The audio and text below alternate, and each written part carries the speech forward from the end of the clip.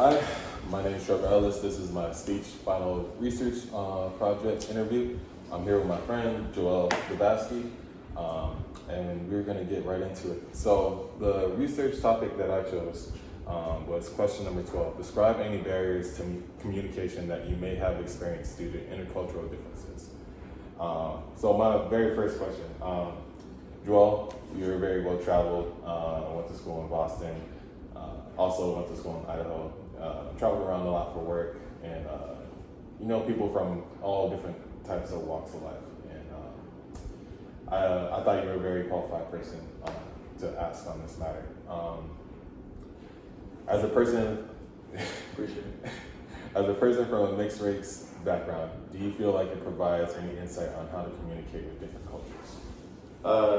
Yes, it does, because my dad was born in Haiti, my mom was born in Haiti, but they were raised differently because my dad was on the French descent side of Haiti, which the French kind of colonized Haiti, and then my mom was on the Haitian backside, and then the way they grew up, from the stories they told me and the way my mom grew up, is somewhat similar, but I definitely lived in a stricter household than, because I'm first generation American.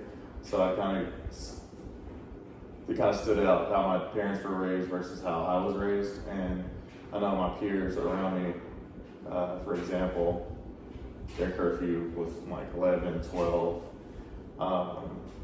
They were able to, during the weekday, do whatever as long as they let their parents know. Weekend varies, As a kid, you're like, well, Sean's mom lets him do whatever.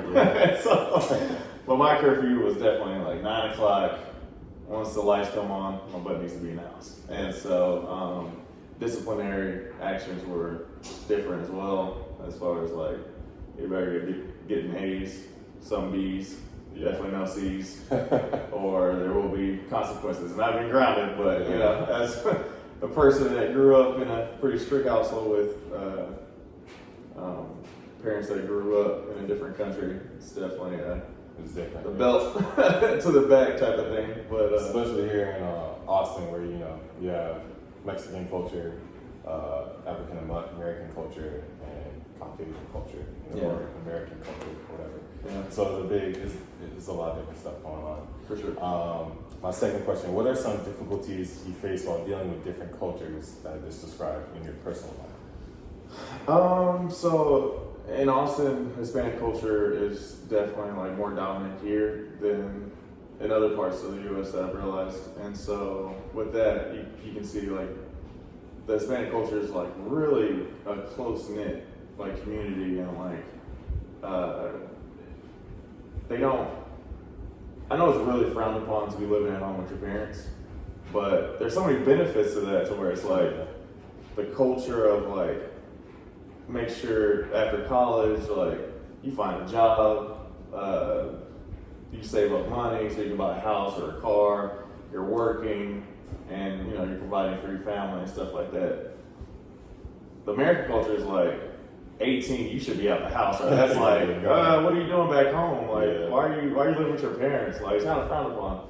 But I feel like there's so many benefits of living back home, to where like, your parents are already established, and getting like right after college, it's like really hard to try to figure out what exactly you're doing with your life after that, especially with not too much guidance. And for me in Idaho, it's kind of tough, and it would have been nice being able to live with my parents, but again, America, and my parents are like, they kind of have this ingrained thing. Right. So I really, on the outside looking in, enjoy that aspect of the Hispanic culture, and like it's the melting pot here is, like you said, white, Caucasian, African American. It's more of a collective type of culture, for sure, centered around family. For sure.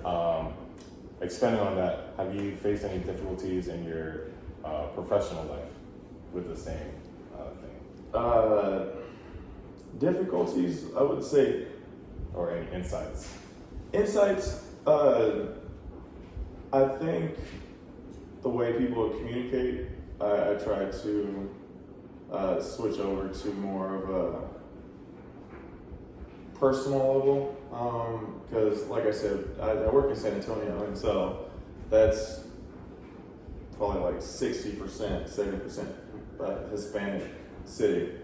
And I work with a lot of Hispanics, and the way they, cook for people or cook for the whole section, like cooking is like a love language. I'm realizing, and so like they're cooking for literally everybody, and We're going. it's still going. Yeah, it's still going. No, I was just checking the time.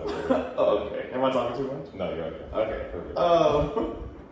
Just doing the interview. So the Hispanic coach is like, kind of cooking for everybody and kind of cook for myself. I'm like more of a me person and like, my friends rather than like people I don't know. And I'm not cooking for everybody. I'm not cooking for the whole house. But so I kind of found that to be an effective way to get to know people outside of the realm of just my own circle.